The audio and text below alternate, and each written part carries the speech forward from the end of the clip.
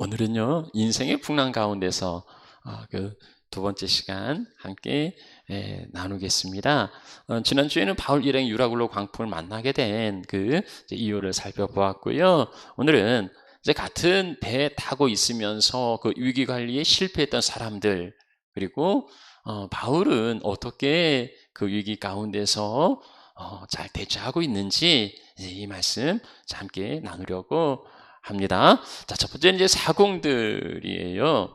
예. 풍랑을 만난 지 14일이 되었는데도 배는 정처 없이 쫓겨가다가 이제 육지에 가까이 이르게 됩니다. 풍랑이 좀 잦아지고요. 이게 밤이라 보이지는 않는데 사공들은 항해 전문가들이니까 이제 어느 정도 육지에 가까이 이른 줄이 이제 짐작하게 됩니다. 그래서 재어봤어요. 물을 재어보니까 20길, 이건 한 36m 정도 되고요. 다시 조금 가서 재보니까 15길, 한 27m, 뭐 한 10m 정도가 줄어들었죠. 그러니까 점점점 육지로 향해 가고 있다는 것을 이제 보여주는 거죠. 도의대로 가다가는 그 암초가 있으니까 이제 거기에 닻을 내리고 날이 새면 이제 대처하려고 이제 그렇게 준비합니다. 자, 그런데 이때 이 밤에 이제 육지가 갓길인 줄 알고 정박하고 있는 이때에 아주 긴급한 일이 발생해요. 사공들이 도망하려고 닻을 내리는 척하면서 거룻배, 그러니까 구명정을 바다에 내려놓는 겁니다. 이제 도망가려는 거예요. 예.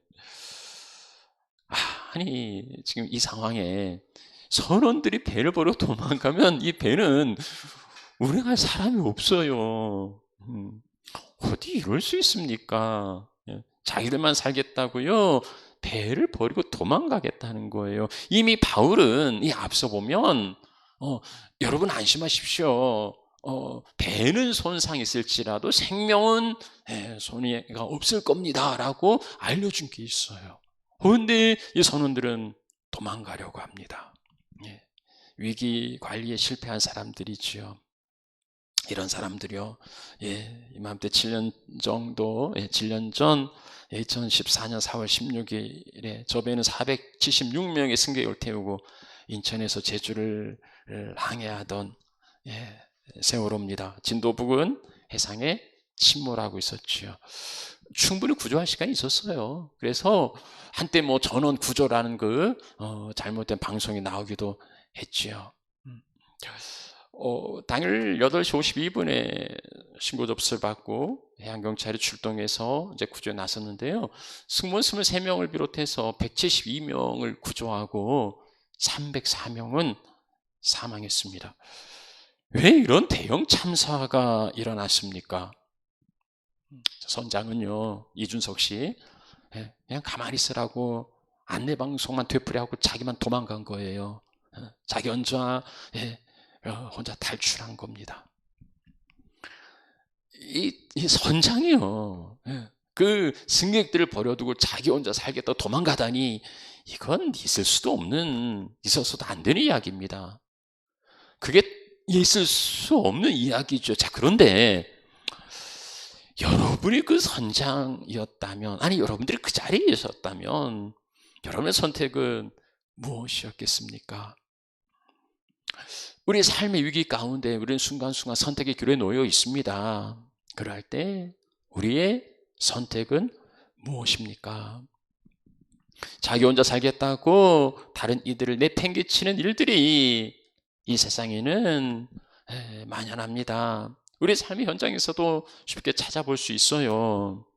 여리고를 가다가 강도 만난 사람 거반 죽게 되었습니다. 근데 이 사람을 방치하고 지나쳤던 사람들이 있지요. 그들은 제사장이었고 그들은 레위 사람이었습니다. 제사장과 뭐가 그렇게 급해서요? 뭐가 그렇게 중요해서요? 제사장이 제사 드리는 거, 하나님 앞에 제사 드리는 거 중요하지요. 레위 사람들이 제사장을 도와서 제사 지내는 거 중요하지요. 그러나 지금 죽어가는 생명보다 그게 더 중요하겠습니까? 예수님이 사마리아 비유에서 말씀하시는 제사장과 레위인은 누구일까요? 이게 이제 괜시리 찔리고 마음이 불편한 거예요. 오늘 우리가 하나님 앞에 뭐 예배하고 뭐 한다고 하면서 무관심하고 있는 주위에 그 죽어가는 영혼들 생각하게 합니다. 일상에서도 급하지 않는 뭐 급하겠어요. 급하지 않은 일상에서도 다른 이들은 안중에 없고 그저 자기 자신 이기주의가 판을 치는데, 그러면 아까 같은 위기 상황에서는 어떻습니까? 위기 상황에서는요, 이기심이 정당하게 보입니다. 아니, 일단 내가 살고 봐야지. 내 목숨 중요하지. 그 상황에 뭐 누구를 지금 챙기겠습니까? 나 혼자 살기도 지금 위급한데, 내가 살고 봐야 다음을 기약하든 다른 사람을 돌보든 할 게 아닙니까? 사느냐 죽느냐 그 치열한 전쟁터에서 죽음의 공포가 밀려오는 그 절대절명의 시간에 생존 본능이 있는데 누구라도 다 그렇게 하지 않을까요? 뭐 다 그리 하지 않을까요? 라고 생각할 수 있지만 그렇지 않아요. 아니에요. 그렇지 않아요. 침몰하는 그 세월호에서 자기 구명조끼 벗어주면서 친구를 살리고 제자를 살리는 사람들이 있었습니다. 침몰하는 배를 속히 떠나지 않고 마지막까지 남아서 한 사람이라도 더 살려보려고 발부둥했던 사람들도 있었습니다. 그들이라고 죽음이 두려웠지 않아서였겠습니까? 뭐 목숨이 2개여서였겠어요? 아니에요. 그냥 그게 옳으니까 옳은 길 간 거예요. 그래서 우리는 그들을 의인이라 하지요. 이기주의자들은 내가 살고 봐야 다음을 도모하고 다른 사람을 도울 수 있다고 말합니다. 그런데요, 나 혼자 살아가기도 급급하고 각박한 세상이에요. 늘 모자라고 분주합니다. 나 혼자 챙기기도 모자라 다른 사람 돌아볼 여유가 없는 게 이기주의자들이지요. 그래서 결국은 공허하고 고독하고 때로는 지루합니다. 그들을 나쁜 사람이라 하죠. 나쁜 사람이라 합니다. 하나님께서 아담을 지으시고 다음에 홀로 거하는 것을 좋게 여기지 아니하시고 이제 돕는 배필을 지어 주셨습니다. 돕는 배필은 하녀나 종이 아니에요. 종속적이고 지배적인 관계가 아니고 대등한, 서로를 채워주는 동등한 관계입니다. 그래서 둘이 하나가 되라. 그것은 서로의 부족을 채워주라는 하나님의 선물이에요. 사람과 사람은 서로를 착취하고 억압하고 빼앗는 게 아니고 서로를 채워주고, 그래서 우리가 하나 되어서 온전함을 이루어가는 존재. 그렇게 하나님이 우리를 지어주셨습니다. 아프리카에 우분투라는 말이 있는데, 그 의미가 참 귀해요.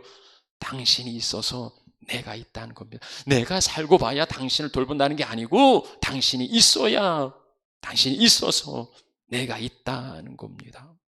오늘 우리 그리스도인들의 삶의 자세가 그래야 되지 않을까요? 자기를 부인하고, 이게 제자도의 첫걸음이에요. 주님을 따르는 자는 자기 부인이 이루어지지 않는다면 어떠한 일을 한다 하더라도 그것은 제자리예요. 첫걸음도 내딛지 못하는 거예요.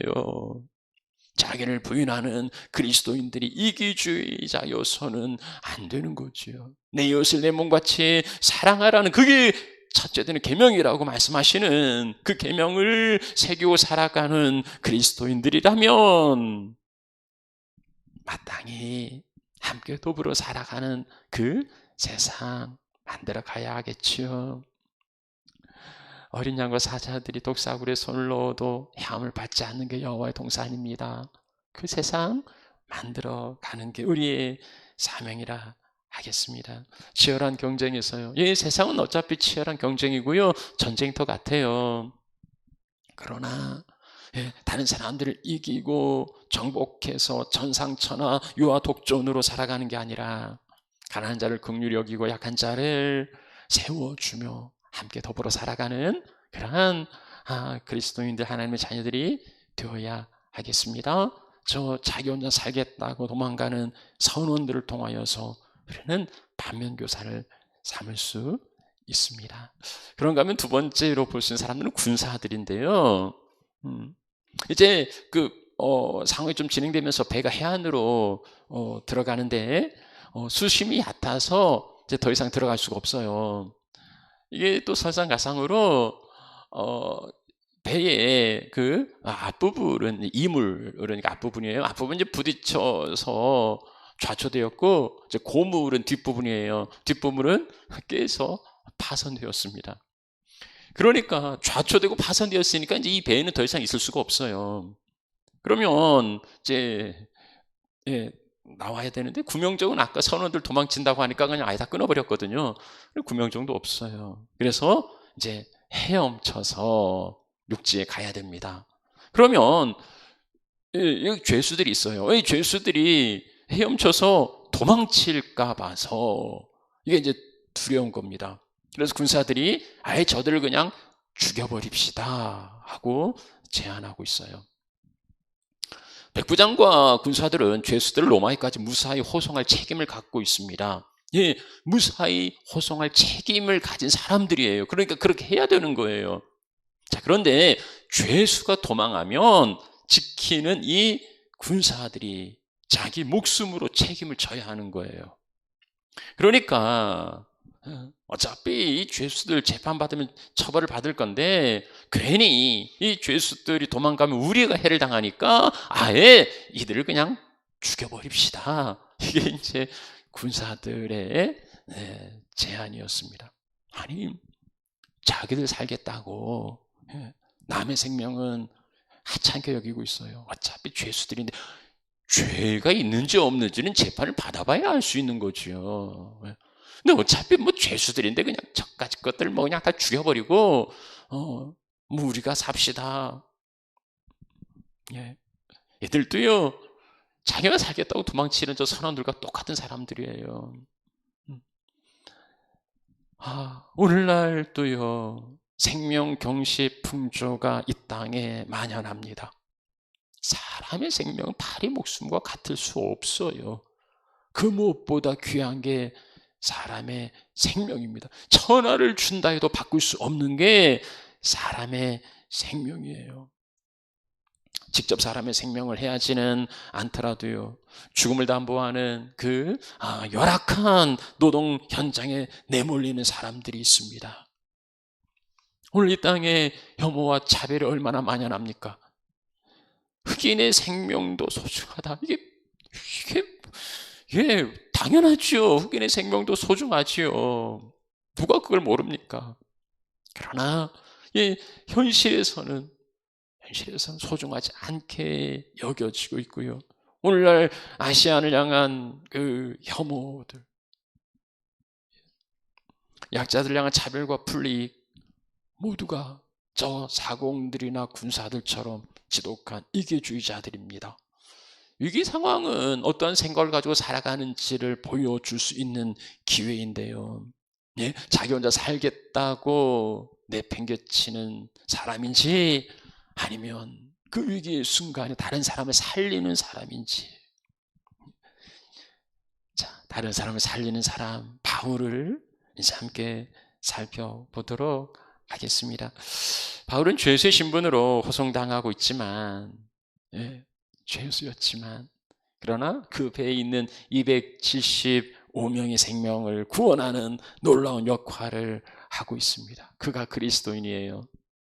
우리가 요셉을 동경하고 그래서 요셉처럼 되라고 이름을 지어주기도 하고 그런 꿈을 가지기도 합니다.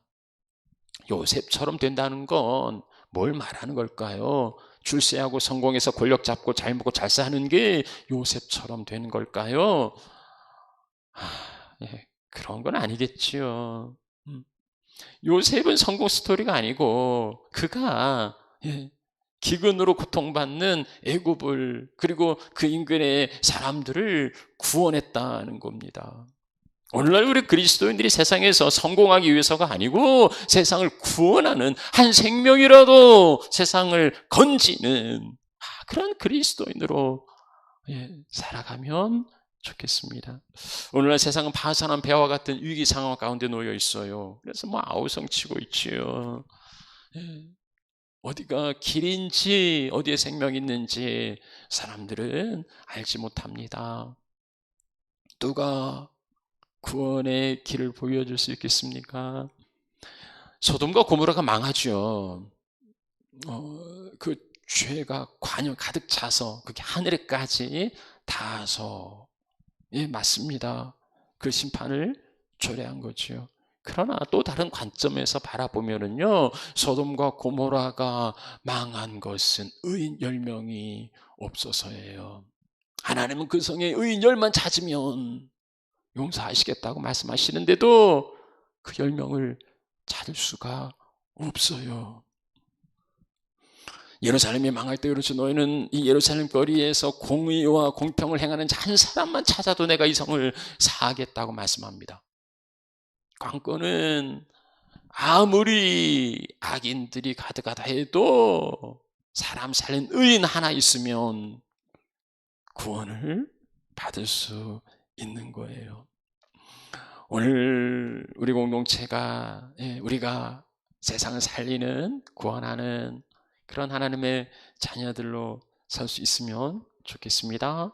바울은 어떻게 대처하고 있을까요? 첫 번째는 이제 바울은요, 평안과 소망이에요.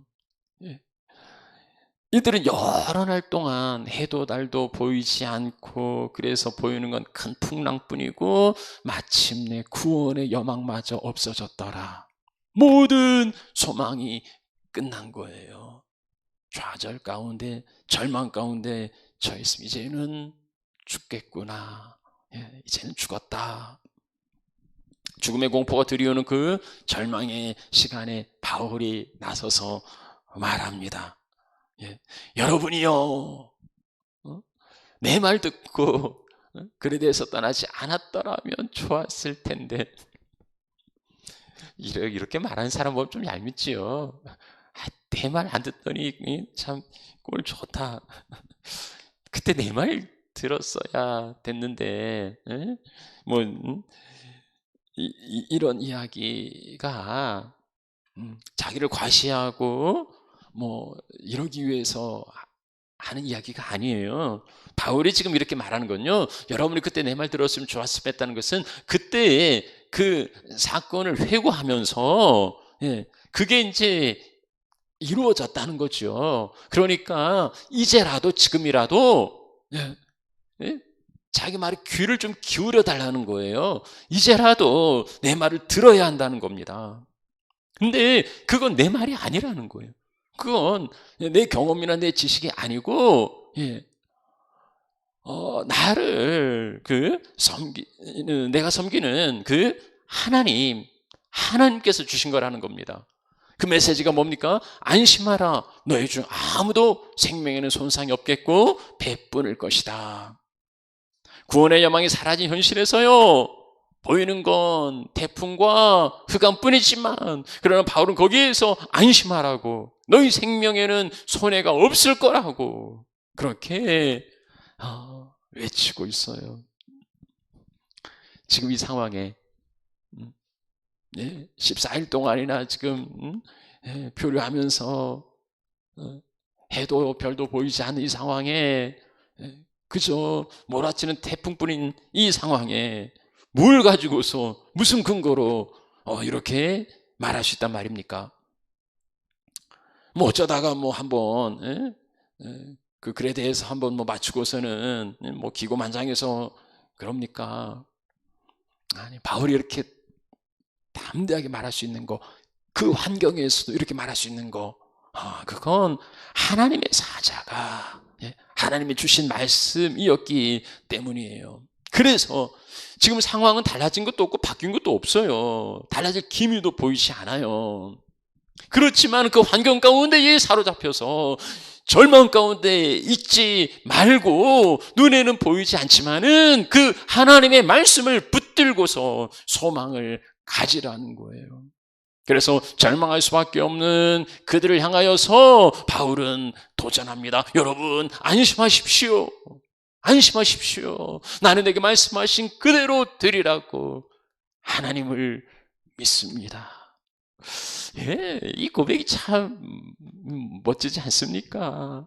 그 막 풍랑이 일어나고 사람들은 기지맥진하고 이제 죽었구나 하는 그 죽음의 그림자가 덮여서 절망 가운데 있을 때에 여러분 안심하십시오. 두 번이나 이야기하잖아요. 22절과 25절에 안심하십시오. 안심하십시오. 나는 하나님을 믿습니다. 여전히 풍랑이 몰아치는 난파선 같은 배에서 외치는 복음의 선포지요. 나는 하나님을 믿습니다. 여러분, 바울이 자기도 믿지 않으면서 혹시 하나님이 뭐 지켜주지 않으실까? 그래도 지푸라기라도 잡는다는데 이 상황에서 하나님이라도 한번 믿어보는 게 그나마 조금 낫지 않겠나? 뭐 이런 이야기가 아니에요. 바울은 분명한 확신을 가지고 이야기합니다.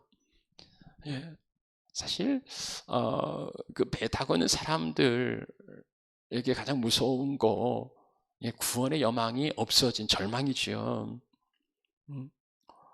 그래서 이들은요, 이제는 절망, 구원의 여망이 없는데 뭘 해보겠어요? 할 수 있는 게 아무것도 없지요. 속수무책인 겁니다. 근데 바울은 그들 향하여서 우리가 지금 바라보아야 할 건 이 상황이 아닙니다. 이 상황을 바라보지 말고 하나님을 바라보아야 우리는 안심할 수 있습니다. 생명의 손상이 없을 거라는 하나님의 약속을 신뢰하고 그 약속을 붙드십시오. 나는 그렇게 될 거라고 하나님을 믿습니다.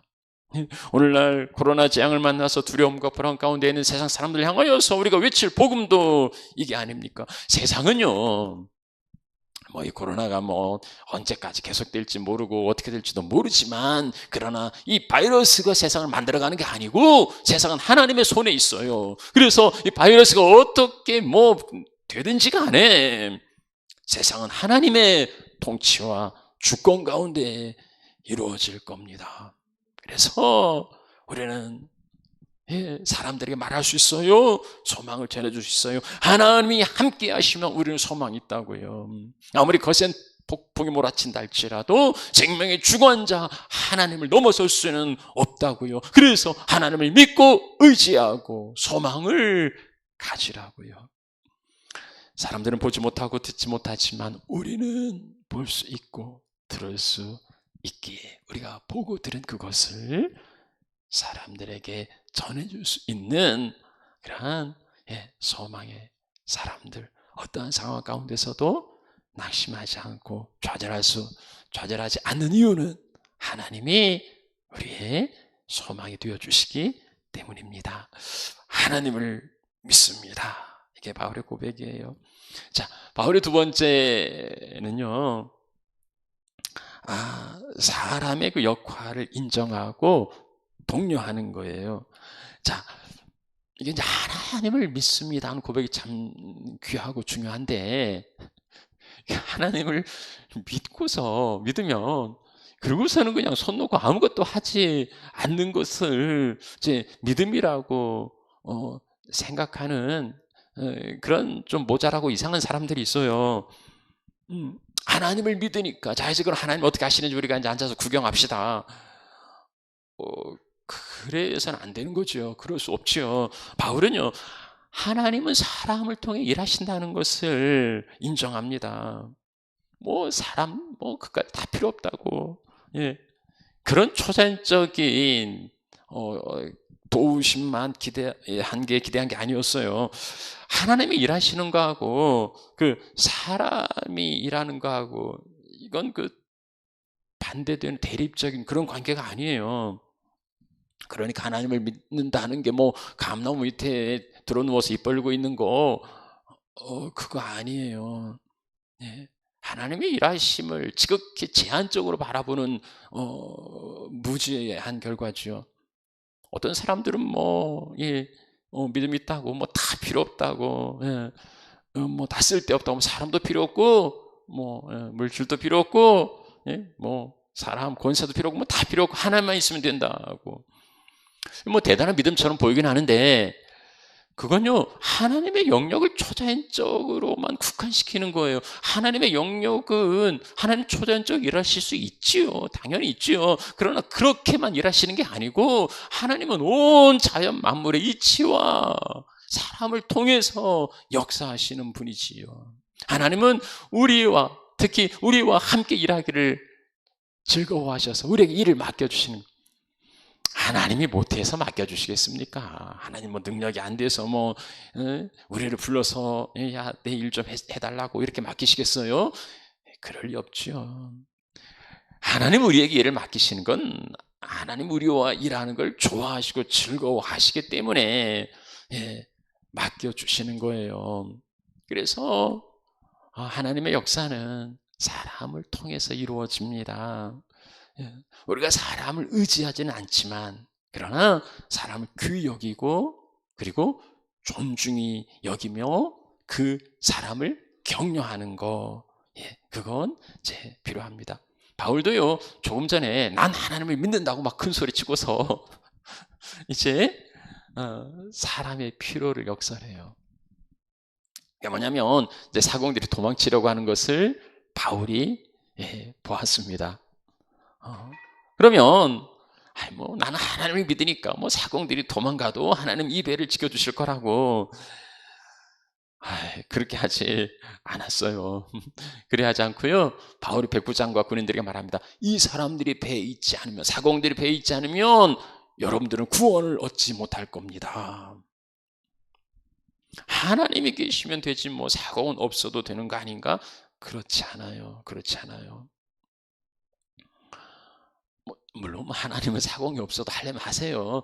능력이 안 되는 능력의 문제가 아니고 하나님 주권이 문제인 거죠. 하나님은 사공들을 통해서 일하시는 게, 그렇죠. 배 전문가들은 사공들인데 사공들이 없으면 배를 움직이지 못하죠. 그게 상식적인 거예요.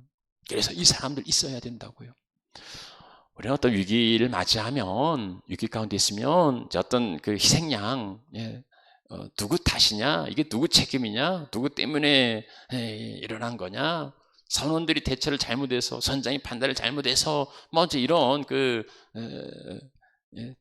책임을 돌리고 불신하고 문책하고 합니다.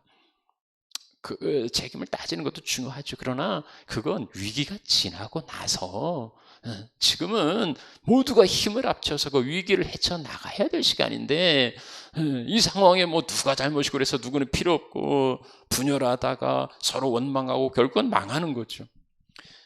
위기 상황일수록 사람이 귀한 줄 알아야 돼요. 다 같이 어려움을 당하고 있잖아요. 다 같이 고통 가운데 있는데 나만 힘든 거 아니고 똑같이 힘든데, 그래서 그 사람도 나와 같이 힘들고, 그래서 그 사람도 문책이나 책망이 아니라 위로가 필요하고 격려가 필요한 사람이고, 그래서 바울은 그 모든 사람들의 역할을 인정해요. 사공들 그까짓 쓸모없다는 게 아니고 있어야 된다고, 이 사람들 있어야 된다고. 그리고 우리 함께 우리 같이 어려움을 헤쳐나가자고, 그렇게 사람을 인정하고 그리고 격려합니다. 그가 지도자예요. 세 번째는요, 바울은 배를 버리고 생명을 선택했다는 거예요. 풍랑을 만난 지 14일째 되었습니다. 그래서 바울은 사람들에게 이제 음식 먹기를 권해요. 이 상황에 음식이 입에 들어가겠습니까? 근데 바울이 이제 먹을 걸 권합니다. 이게 먹어야 살고, 어차피 죽을 거 먹고 죽은 귀신이 빛깔도 좋다는 그런 속담도 있는데, 아니에요. 그런 거 아니고요. 여러분 머리카락 하나도 잃지 않을 겁니다. 그러니까 이것을 먹고 힘내어서 이제 그 다음에 있어요. 헤엄쳐서 이제 육지로 가야 되거든요. 예. 자, 배부르게 먹고서 그 다음에 배 양식을 버리라 합니다. 그 밀을 바다에 버립니다. 양식을 버리는 건 죽겠다는 거예요. 아니, 앞으로 어떻게 살려고 그 양식을 버립니까? 예, 그 먹을 걸 버리면 이제 어떻게 뭐 살아갈 방법이 없어요. 근데요, 그걸 버리는 게 사는 길이에요. 그걸 버려야 배가 가벼워지고 그래야 조금이라도 더 해안에 다가설 수가 있기 때문이지요. 그 양식 포기 못하면 그냥 바다에서 뭐 그거 먹고 그냥 파손돼서 그냥 죽을 수밖에 없는 거예요. 여러분요, 오늘날도 그 난파된 배에서 그 양식 버리지 못하고 그거 붙들고서 그렇게 살아가는 불쌍한 사람들이 얼마나 많이 있습니까? 그거 버리고 그리고 육지에 들어가야 하는데 그걸 버리지 못해서, 그걸 포기하지 못해서 그거 붙들고서 그냥 살아가는 불쌍한 영혼들이 많이 있습니다. 하나님께서는 처음부터요, 배는 손해가 있을 거라고, 배는 포기할 거라고, 그러나 생명은 손해가 없을 거라. 그런데 그 배를 포기하지 못하면 생명을 담보할 수 없어요. 그 배를 버릴 때 생명을 우리는 지킬 수 있습니다. 뭐가 중요한지, 뭐가 중요한지, 물질인지 생명인지. 오늘날 이 자본주의의 함정은 뭡니까? 유물론. 그래서 생명보다 물질이 더 위에 가고 있어요. 그건 아니죠. 바울은요, 배를 버리고 생명을 선택합니다. 말씀 마무리하죠. 인생의 바다에 풍랑을 만나서 같은 배를 탄 사람들이 있습니다. 모두가 같은 운명이에요. 구원의 여망은 없고 이제 죽음의 그림자가 들이오는 그 절망의 시간입니다. 그때에 사공들은 자기만 살겠다고 구명정을 타고 도망가려고 하고요, 군사들도 자기들 살겠다고 죄수들을 죽이려고 합니다. 자기만 살겠다는 그 이기주의자들, 아주 나쁜 사람들이지요. 그러나 바울은요, 자기뿐 아니라 자기가 함께 탄 그 270여 명의 생명을 구원하는 죄수로서 생명을 구원하는 놀라운 역할을 해냅니다. 그는요, 구원의 여망이 끊어진 좌절과 절망의 그 상황에서도 하나님의 말씀으로 하나님께서 여러분의 생명을 지켜주신다고 약속했습니다. 나는 그 하나님을 믿습니다. 그 말씀으로 여러분 안심하십시오. 안심하십시오. 평안을 전하고요, 소망을 보여줍니다. 그리고 하나님의 구원의 말씀, 약속을 선포하지만 그렇다고 사람들은 필요 없다는 게 아니에요. 그 사람들을 인정하고 귀히 여기고 그들을 격려하고 또한 세워줍니다. 그리고 정말 중요한 게 무엇인지, 배가 아니라 생명이라는 것을 바울에게 가르쳐주고 있습니다. 인생의 풍랑은, 바다에는 풍랑이 일어날 수밖에 없어요. 그게 왜 일어나냐고 묻고 따지는 건 어쩌면 의미가 없는 일입니다. 그러나 풍랑이 일어날 때 우리는 하나님을 찾고, 이게 하나님의 손 안에 있기 때문에 하나님께 구하는 거죠. 그리고 바울이 보여준 그 모범을 따라서 공동체를 살리고 구원하는 그런 하나님의 자녀들이 되시기를 축복합니다. 우리 함께 찬양하겠습니다.